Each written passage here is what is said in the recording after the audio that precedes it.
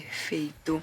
E temos um ponto do digital, que é falar sobre militância. Você é uma mulher que traz pautas, ativismos dentro do seu conteúdo, da sua comunicação, mas vemos também que tem uma situação muito delicada, que é a militância seletiva. E o que eu chamo de militância seletiva, né? As pessoas cobram posicionamentos apenas de um recorte desse digital, de um recorte de influência para outros que vivem sem se questionar absolutamente nada. Como que é essa vivência hoje em dia pra você?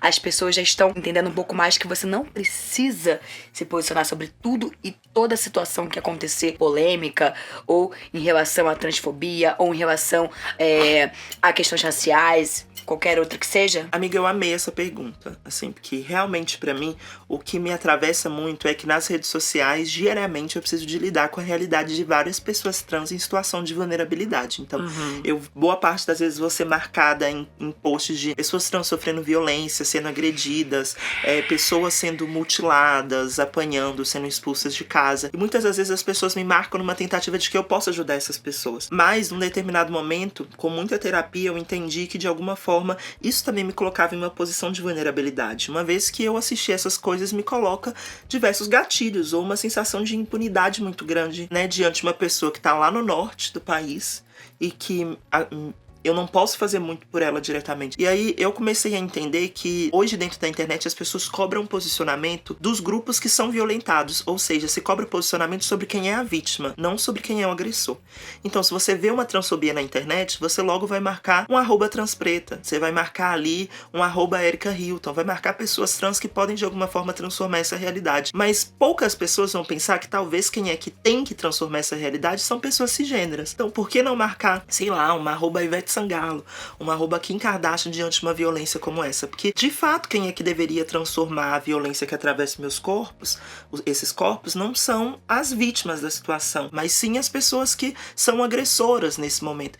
Então, eu fico sempre pensando o quão violento é isso dentro da internet. E muitas vezes eu sou cobrada de me posicionar sobre as coisas, as quais não são sobre mim, mas também são sobre mim porque falam sobre a minha comunidade. Mas até que o momento que o meu posicionamento realmente vai somar e vai causar uma transformação naquela realidade.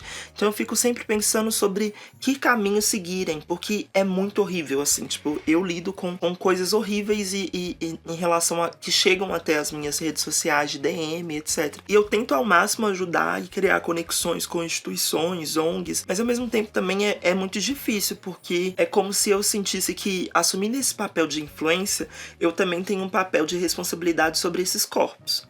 Mas que eu entendi também que, na verdade, a representatividade ela tem as suas problemáticas. E ela tem as suas problemáticas porque eu, Giovana, não vou representar todas as pessoas trans e travestis. Você não vai representar todas as mulheres negras, né, amiga?